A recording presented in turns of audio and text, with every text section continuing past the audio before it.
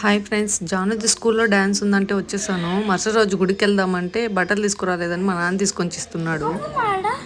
అమ్మని bus stand వదిలే వచ్చినాడు తీసుకురాబో.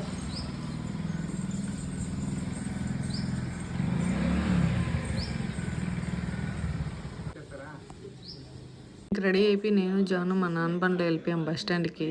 ఇంకా అక్క అన్న రెడీ అయ్యి ఒక బండిలో వచ్చేసారు. మొత్తానికి తిరుపతికి అయితే చేరిపోయినాము. నేను తిరుపతికి వచ్చి చాలా రోజులైంది, అందుకే ఏమో తిరుపతి చూడంగానే కొత్తగా అనిపిస్తుంది, ఏదో చేంజ్ అయినట్టు అనిపిస్తుంది. తిరుపతిలో మన ఇండియా ఫ్లాగ్.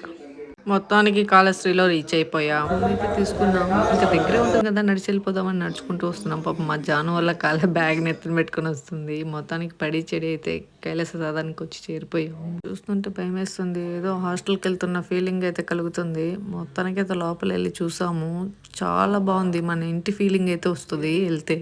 మా అమ్మ మా అన్న పని అయితే అయిపోయింది, స్టాండింగ్.